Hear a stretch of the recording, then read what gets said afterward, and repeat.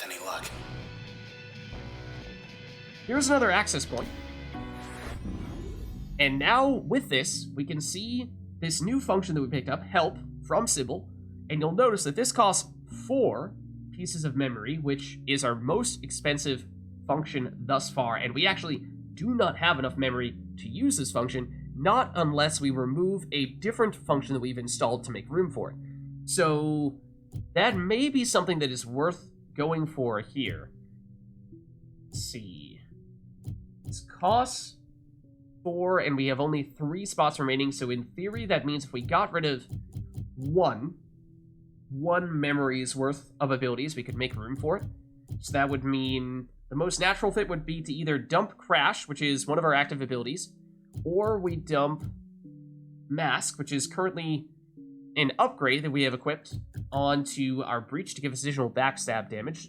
So we could dump either of those. That'd be the most natural ways to make room for help. We could get rid of a more expensive ability, but in theory, one would assume that the more pieces of memory it costs to use a function, the more powerful those functions are. But of course, there's lots of room for customizability here because every ability can be an active skill, it can be a supporting skill, and so there are lots and lots of combinations for you to consider. And that is something that we will hopefully get the chance to experiment with a fair bit as well. So, Crash has been pretty important to us. Mask has been nice because we've been generally relying most heavily on our Breach. It is, however, our most expensive ability, so maybe there's something to be said for not investing quite so heavily in something that costs so much to use. So what if we do get rid of, at least uninstall, we can reinstall it at a later point if we'd like to, but we'll uninstall, I think, our Mask ability, and we'll throw in Help, which we can either use as an upgrade, which will have a 50% chance to prevent cells from spawning, or, yes, from any of the abilities we have here, if we use it as an upgrade. As things currently stand, we have all of our active skill slots occupied, so we don't have room to use our Help as an active ability, although if we wanted to dump one of these, like say if we had gotten rid of Crash, we could have used Help as an active ability, which, I mean, maybe that's reason to go that route. In fact, maybe it is. Tell you what, we'll remove Crash. We'll go for it. We'll remove it, and we'll put Help in instead. Call a friend to aid the user. Plan a friend's actions on our turn. So that does sound intriguing. Let's install it. And then it does mean that we still have one memory slot remaining, so we could use Mask as a support ability, which we've done before. Or what happens if we put Crash in the support slot? Then cause most functions to stun and disrupt targets. So maybe not basically sounds like Mask for damage, or Crash for more of a support-like function, which I think may be in many ways what we're looking for Help to do for us. Calling our friend. So what if we use Crash to support Help by giving Bark, we will see soon, a stun duration of 1.6 seconds, give our friend stun immunity, and give 200% extra life, or we'll double the life of our friend. So that sounds interesting.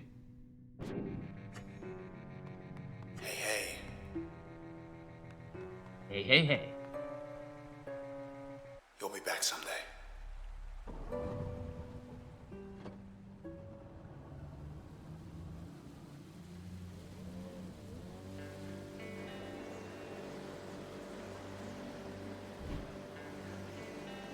The Camerata. That's who they are. Sybil was their eyes and ears. Got close to you. To us. They were hunting people. Don't know for what. But I bet I know who does. I'm gonna ask him why. And I have this feeling he's gonna let us know. So those people we've seen on several occasions, they are the Camerata.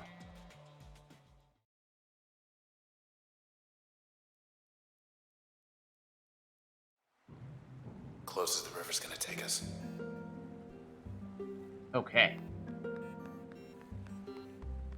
Just look around here a little bit. Okay. Road to high rise should be right around the corner. Port 37 archway. Humidity 56%. It's a little humid, but not unbearable. We'll be fine. Heads up. Whoa! These are New enemies. New processes, it seems. I walk a little bit? I did not walk a little bit. Okay, so we have our full meter here. What we can do is we can use our help ability. I think we're allowed to use it when we're on turn. We actually may only use it when we're not on turn. What if we... taking snapshots. Get him, girl. Oh, hold on. Ah, there's our friend. Okay. You can see him. I'll just walk over here to point him out. This is our friend. Obviously, I'm going to cancel out this walking, but he is a little dog, a robo-dog, and that is why his name is technically called Bark. So he's cute. But we have these snapshots are the name of these processes. Seems like it's almost as if they're kind of like the paparazzi of sorts. So we did get rid of one of our offensive abilities when we dumped Crash to make room for help. So it means we may not be able to deal as much damage as quickly. That is the perhaps biggest trade-off that we made. But let's see. Even with that being said, how much damage are we talking about here? So we do that. Spark. Then we do, no, let's do you. Breach. Another spark. Then a breach is theoretically enough to at least get rid of one of these snapshots. If they don't dodge all of our breaches, which does seem like that has been very much a thing. Okay, our doggo... Oh, we can also plan out our doggo. There we go, on our turn. So, this is what we do. He can run around. And bark at people. Let's have him run around back. And try to bark here for backstab? Question mark? Oh, well, that's more than enough damage. Okay, so while he's doing that, we'll switch over to... oh, nope, that's not what I meant to do. Oops. Well, he did work. He did do what he set out to do. Okay, send him out. To bark at this snapshot. Then we'll go to us. And why don't we snipe the snapshot from here?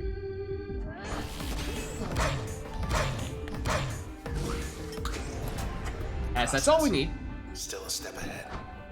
Okay. But they haven't stopped us. So new enemies and our new ability. Can we even bring out our friend here? We can. Oh, but he disappears almost immediately. Oh, that's sad. We're not in combat. Can we walk out over here? No, we can't. Okay. Is that? What do we have here? Okay, so you may remember we learned somewhat recently that we gained access to back doors. What exactly was a back door, you might have been wondering? Well, perhaps we're about to find out. Sounds like waves. So, don't know what I was expecting, but it wasn't this. Well, it seems like we have a little beach locale to take a break from Cloudbank here. So we can bounce the ball around. Even just walking in it. Fun. We'll make it bounce. And apparently we'll keep track of how many times we have bounced it. So there is that. But that's minor. Of course, we have a hammock. That's Sybil. Always palling up to you and everybody. Showed her true colors back there. Wonder how our Camerata friends are gonna feel knowing she's leading us straight to them.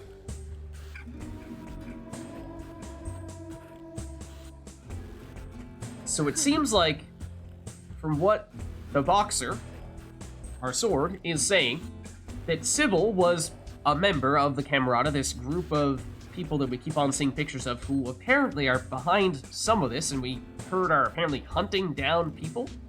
But she was sort of their insider, their almost spy of sorts, trying to get close to us and the Boxer, and helped to set up whatever it was that the Camerata were trying to do. But if we go up here, we have some places that are currently denied, at least our access to them is denied. Unfortunately.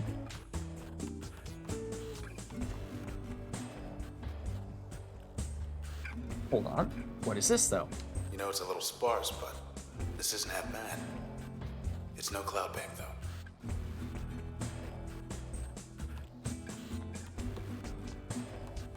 But we do have access to this speed test. Test 1 of 6, and so that might give you a little bit of a hint as to what this area is all about. Let's try door number 1. Sand. Water. Nothing. Speed test 1 of 6. So, we can head back at any point if we'd like. This is purely optional, but it is basically a bonus challenge of sorts. So if we try this out, terminate processes in 32 seconds. And what exactly do we have? We have bad cells, which are the little guys that tend to be quite numerous and spread out. So that's going to be a little bit tough to deal with here. Oh, does it give us a customized set of abilities? It looks like it may. I did not realize that. So it's not the same abilities that we had already set ourselves up for. No, it looks like it's a modified version of Crash, which was the ability that we just got rid of. It was our starting ability, and Load, which was an ability that we have not used yet in an active slot, only as a support skill, and it is what was giving us the additional AoE on our other skills. So I think both of these skills are kind of AoE-centric. No more jaunts, so we can't speed up to our enemies, unfortunately, but we could go for something like, let's see what the AoE looks like on both these things.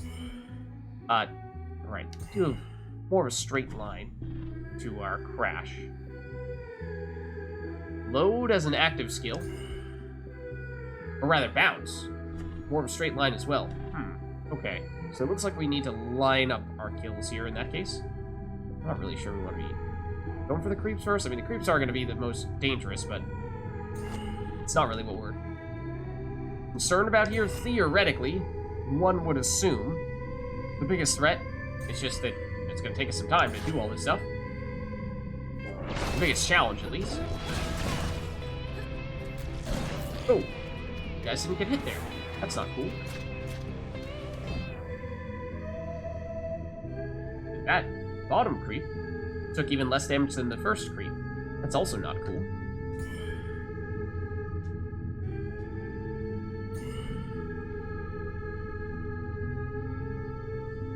I think one of these abilities has a decent amount of knockback, which makes me feel like we might need to throw in an additional one just in case, but okay. These guys, if you crowd around us, that does actually help us significantly. But I do appreciate that. Let's see, how much do these...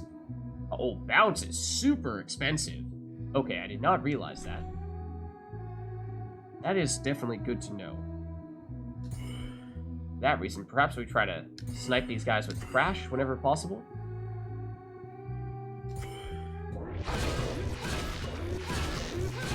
Ooh, we missed on that one, though.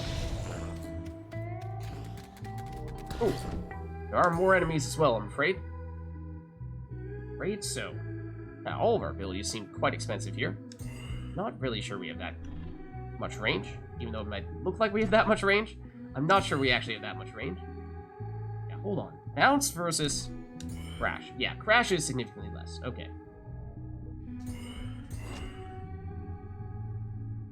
Theoretically, that combo is enough to take you out.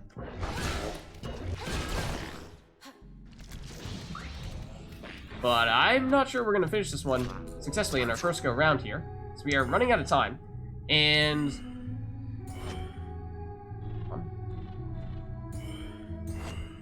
yeah, crash then bounce immediately triggers a combo, but the other way around does not. So that is worth considering. Sometimes the order does matter even more than it might have initially seemed. Yeah, so these challenges, some of them can be rather difficult. Others, just take some planning to know what the go-to strat ought to be. But I can't exactly say that I remember that.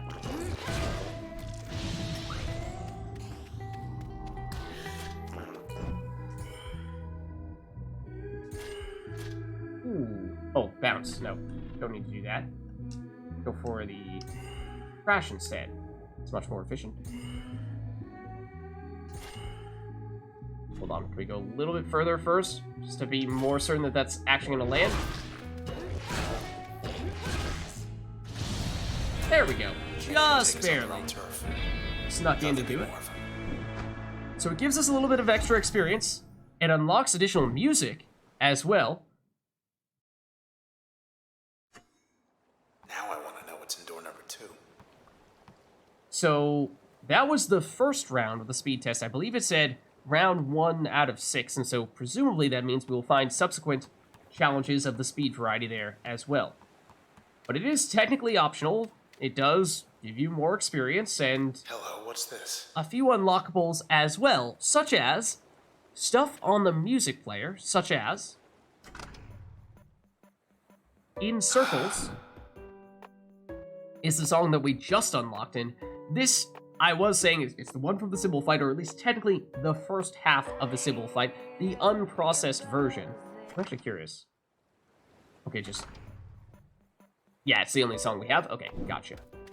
It's either that or just the calm crash of the waves in and out. But I believe that is just about all we have available to us in this area at the moment, because everything else, the access is currently denied, but we'll keep our eyes peeled for additional back doors to check out in which we might find similar challenges for us to come across. Not necessarily sure that we're going to make a point of doing every single challenge, but I wanted to at least show you the basic idea of what the challenges are about there. Because as I said, some of them are definitely more straightforward than others. Some do take some significant planning. We better go. Everything's like we left it. Was hoping it'd be more like before. Oh. Yeah, that'd be great. If taking a quick break, upon coming back, if everything was suddenly perfectly fine, just the way it was before, but I'm afraid that is not the case. It is a safe little place for us to hide away, true, but sometimes there's no escaping. What's the latest? Another terminal here. Postponed? Does it? Hammers versus Clientele. This week's hotly awaited pennant playoffs to be rescheduled for a later date. I swear this day. Get myself killed. Now the pennant game's canceled. Word from Central Authority is that the high-rise Hammers will not be playing against defending champions the Sunset's Clientele, as previously expected. Authorities declined to comment on the reasons for the last-minute delay, but assured fans of both teams that the season is expected to resume soon, and that all ticket holders will be entitled to a complimentary gift. More news as it develops.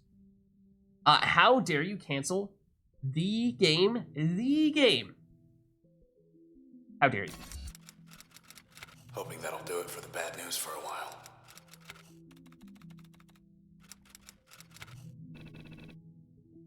And you may have noticed that on almost, if not every single occasion that we have run into these terminals, Red will start typing something in, and usually it's pretty heated, pretty opinionated, what Red says, and then she deletes it quickly and writes something else in that's more neutral, or, just not quite as insightful, I suppose. And so I think that's really cool, the way that it shows perhaps what Red really thinks initially, and then suddenly she sort of realizes, oh, okay, hold on. Perhaps my emotions are getting the better of me, and I need to just dial it back a little bit, and present myself in a more appropriate way to what could be a publicly facing comment. Okay. The canals are just down the bend. Canals are down the bend, you say? Where exactly is the bend, though? Behind the back door like this? Oh, no. Over here. Another access point. Have we gotten anything new here? Oh. Have we learned more? Process limiters we can reveal. Okay. Let's take a look then. So, limiters, if I recall correctly, are basically like additional difficulty modifiers that you can trigger that will give you some additional rewards. So in this case, resilience limiter. Effect when in use. The process will spawn shielded cells when terminated. User level bonus 2%. So, in this case, I think that means the little spherical objects that would normally appear when we destroy an enemy, that if we don't collect them, will cause the enemy to respawn. In this case, when they pop up, they will be shielded, so I think that means we need to hit them once before we can actually collect them and prevent them from causing an enemy to respawn. So that adds a little bit more difficulty, and in return, we will get 2% additional XP, which doesn't sound like a lot. I mean, of course, the earlier you do it, the more time there is for that to start to add up, and it may eventually equate to at least, of course, getting a level slightly earlier than you would otherwise get it, or if you activate a whole bunch of limiters and activate them as soon as possible, as presumably we will get access to ones later on in addition to what we are currently seeing, then you may just increase the maximum level that it is possible to reach, which of course is nice, but it just, the number in terms of how much additional experience you get from it is, it's not all that convincing to me. So I think when I played Transistor previously, I experimented with these process limiters a little bit, but I found that for the most part, I didn't really find them to feel all that rewarding. Perhaps more so than the reward, it's just that if you feel like, well, the game is just a little too easy for me, then it's a way, of course, to add an extra layer or 2 or 3 or however many layers you want of difficulty. So let's see. Designation bad cell. Encrypted comments detected in source control. Roll to be recycled. Features. Pellet blaster. Burst shockwave. Vulnerabilities. Unarmored frame. Cannot detect cover. This actually does give us some insights on some of the enemies that we've encountered. These are the little weak guys that we've encountered before that tend to show up in numbers, and they mostly only damage us when we get up really close to us, and since and for the most part take them out in one hit, they haven't proven to be that much of an issue. Terminated in total, a whole bunch at this bottom right corner, terminated by us, 32. References cool dark places and early termination. Oh, is that a hint? That's supposed to say, hey, by the way, these are enemies that you should make a point of taking out first? I think for the most part that has been what we've been going for, since they are quick little enemies that we can deal with fairly easily. And therefore, why not get rid of them first, and then the bigger enemies, much easier to deal with. So, limiters make the process stronger. So, yes, as we were saying, we can activate them to make things more difficult, so I mean, we could put one on just to show you what it's all about, but personally, in case you couldn't tell, I'm not the biggest fan of them. Something's happened. In here. So maybe we'll go for that. They can do their worst. Just for a little bit, to show you what it's all about, but I think we'll probably end up turning it off in a little bit. Just to show you what the effects are. So, we have, what is this, 4 snapshots. I think there is one at the very top of our screen sneaking in there. So, we could... Can we use help on our turn? We cannot. So let's maybe do this first. Here, girl. And now, we have our doggo friend who has joined us. So let's use said doggo friend to occupy, and we gave it the stun support, so it can theoretically lock down an enemy for a little while here. So what if we take you and... I mean, this one all the way on the left is the most isolated, so I think that's probably the one we want to focus on. There's also a bunch that are lined up. So I think we have you focus on this guy. Maybe we can walk there a little more efficiently and sneak in another bark. Not quite. Not quite. Almost enough to take you out. Then we'll switch over to red, because they have 2 separate turn meters, in case you couldn't tell there. And for red, what I was saying was maybe... get a slightly better angle on this. Maybe we can go... get numerous hits like this. I think we've had some difficulty in the past landing repeated hits with Breach because it has a very narrow hitbox, so if the enemies do get knocked back from basically any ability, we tend to miss their subsequent breaches, unless maybe we make a deliberate point of doing our next 2 or second or third breach slightly off to the side and hope that the enemies happen to get staggered in that direction, but maybe, at least in this case, we just focus on doing this, although we might have found that it's more efficient technically to do it in this order. Does that give us additional combo? No, it doesn't. We go Breach first. We did see that the order does occasionally matter, but yeah, no combo at all.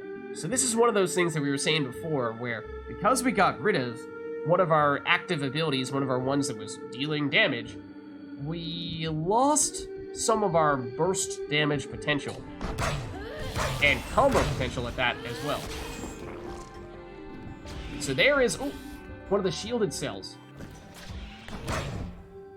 So that's why we can't just immediately go over there and pick it up.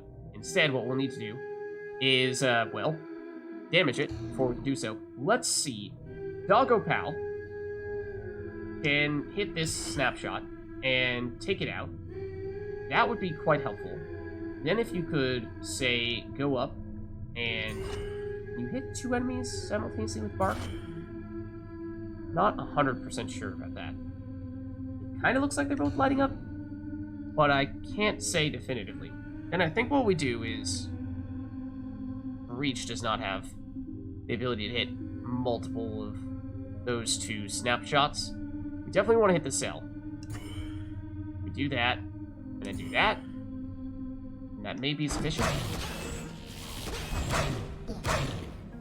And we're definitely nabbing this. Oh, now we have lots and lots of shielded cells now.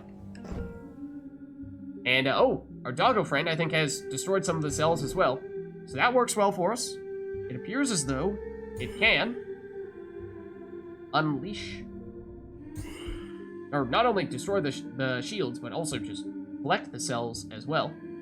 So I do like that. And then for red, oh, this is cool. We go over to our help friend, our Barker, then you can see that the first cell has its shield removed, and then the second one doesn't yet.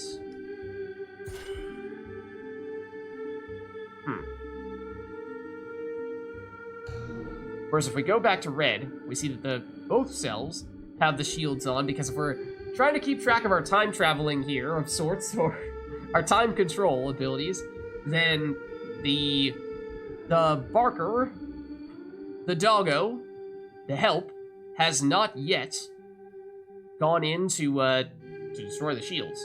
So what if we just have the dog do this thing? No sweat. No sweat.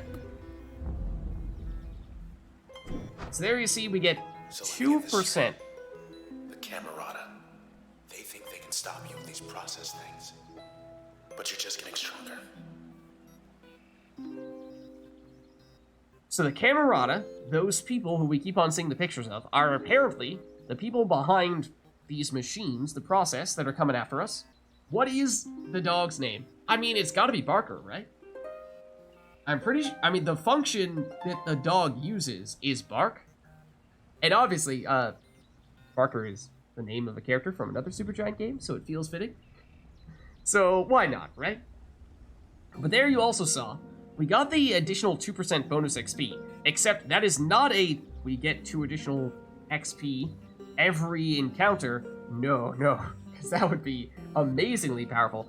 No, it's 2% in addition to, it's 2% more of the base amount of XP we're getting, so 2% of 10%, which is what we're usually getting from any encounter, means that it rounded down to 0 on that occasion.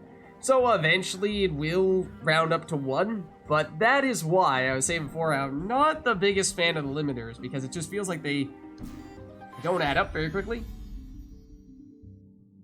We do also have some new information about our crash function. Flashback intensifies, exactly. So remember, crash is for Red. So we had her background before, now we know about career.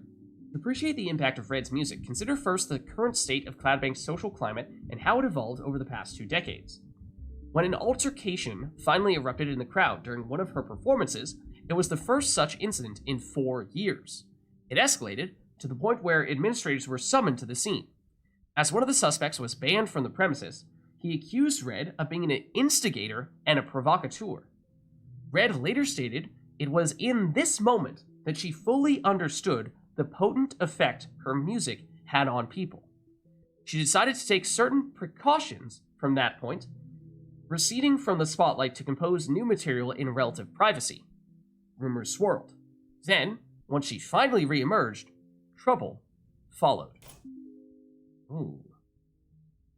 Ooh, very mysterious indeed. That is Red, the main character right there. Any additional info we have learned about other functions here? Yes, about help, which remember, is for Sybil.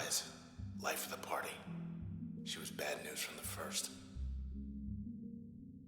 So remember, she was a part of the Camerata, who appear to be the group of people behind this whole process incident. So, known in elite social circles throughout Cloudbank, Miss Sybil Rice organized many of the city's popular public events, from groundbreaking ceremonies to contemporary festivals. She was everywhere, and yet somehow she made time to lead a second, hidden life. As one of the Camerata, Miss Royce was responsible for gathering information about potential high-value targets. That sounds grim. People who could contribute to their cause. And that sounds innocent, but the whole referring to them as targets very much does not. She did this job to perfection, drawing no notice, though one target in particular caused her much frustration. Does make you wonder. Age 30, gender female, selections, supervision, organization, reason cited, I love people. Integrated. Okay, so we could, if we wanted to, we could take off this limiter. As I said, I mostly just wanted to show you what the limiters are like when you do activate them, but given how small the impact is, I just am not a very big fan of them, so I think we're probably gonna, for the most part, turn them off. I think there may be some achievements for having a certain number of limiters activated for, I don't know, various points in the game, or maybe for completing the game with a bunch of limiters activated, but that's, I mean, I don't really think we're trying to 100% the game right now. Mostly just want to show you the game Transistor and show you why I'm such a big fan of it. So selection offices, last selection 8 days ago. Maybe we can change Looks like that. I get to put off selection for a while longer. Oh.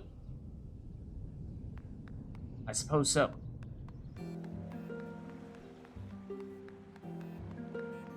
Oh, and also, because we do have an access point here, we could switch up our abilities if we'd like. How are we feeling about using this more support ability setup where we only have 2 active skills? We also may have kind of forgotten that we do still have John. I may have neglected during our turns at the very least for more efficient movement. I mean, you could maybe make the case that with help, which takes up a lot of our memory, that maybe, since that's sort of a support, is very much a support ability, kind of like Jaunt, that it might make more sense to take off Jaunt and put a different active ability there so we can go back to having a bunch of combos to give ourselves more damage. It's not a terrible idea. It is kind of tempting, I am also kind of curious. Hold on. Remind me what Jaunt does when used in other slots.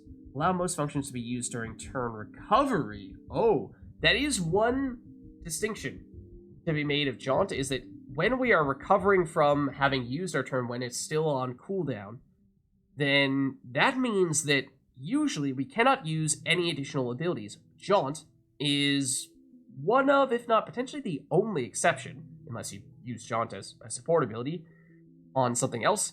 So, for example, when we were fighting Sybil in that boss encounter, almost every time, we would use our turn, deal a whole bunch of damage to Sybil, and then we were basically trying to run away from Sybil afterward while we were waiting for our turn timer to come back. Because while we were waiting for that to come back, we were very vulnerable, incapable of dealing basically any damage, and Sybil can deal a lot of damage really quickly. We were, in that time period, able to jaunt several times, or basically unlimited number of times, to try to dash out of the way of Sybil to avoid getting hit, which we did do on a few occasions to avoid taking damage, but I tried to toward the very end, but Sybil did end up hitting us, and that was where we went into that sort of last stand mode where we had the emergency turn activate, and we just barely beat Sybil at that point. But using Jaunt, I mean, it is a 3 memory function, so it is kind of expensive. But what does Mass do as an active ability? Conceal the user's physical self, amplifying the next action taken. We haven't used that as an active skill yet. We could replace Jaunt with Mask, and then we save 2 spots. We're using Crash as a support. Oh, we are using Crash as a support right on help. What happens if you put Mask on help? It does make me kind of curious. Hold on.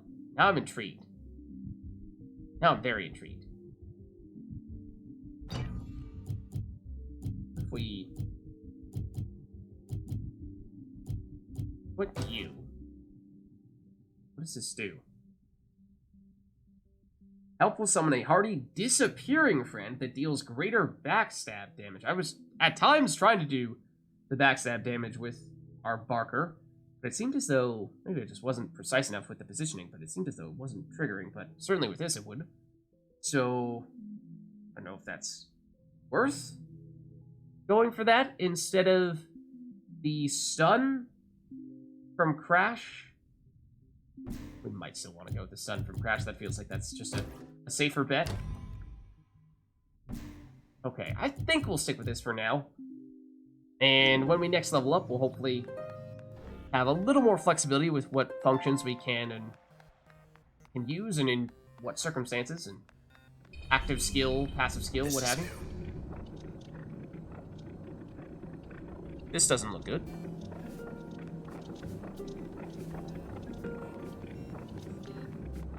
Sound effects. You know, don't have a great feeling about this. It's calling him up. Okay, hold on. Let's take you out. Oh, and let's not waste all of our movement like that. But could summon our help friend, which we probably should do, but what if we do? Just make sure that we get rid of you first? Feels like that's kind of important.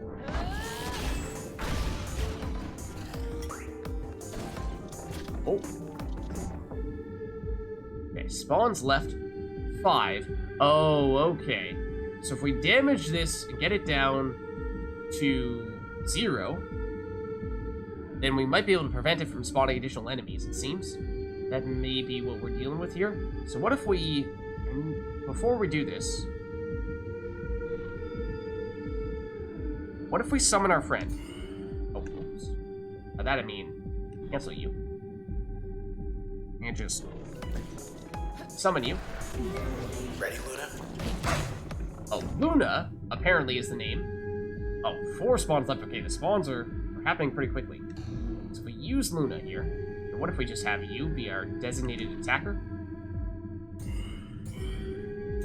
Don't think this thing is going to have any location for us to backstab, but that's just a guess. Then this is probably an enemy. This little cube in the middle. Probably an enemy that is not really going to get staggered.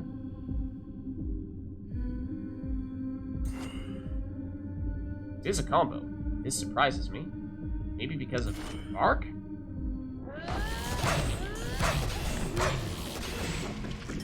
Okay, we did get rid of it. Don't you take pictures of me? Okay. Actually, before we do that, just double check. As I said, I tried to do a little bit of backstabbing before. There we go. So it is possible. And yeah, the damage is pretty solid, especially if you get the backstab. Then for us, we'll snipe. And in theory, that is way more than necessary.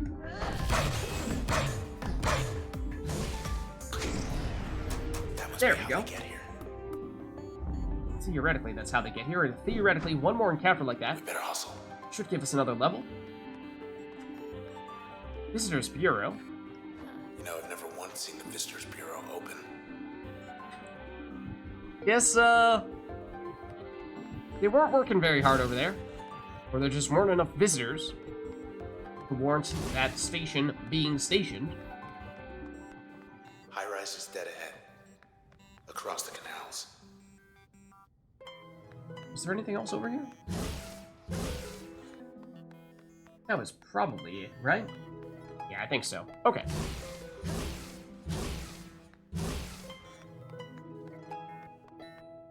Alright, let's head over to the Canals District.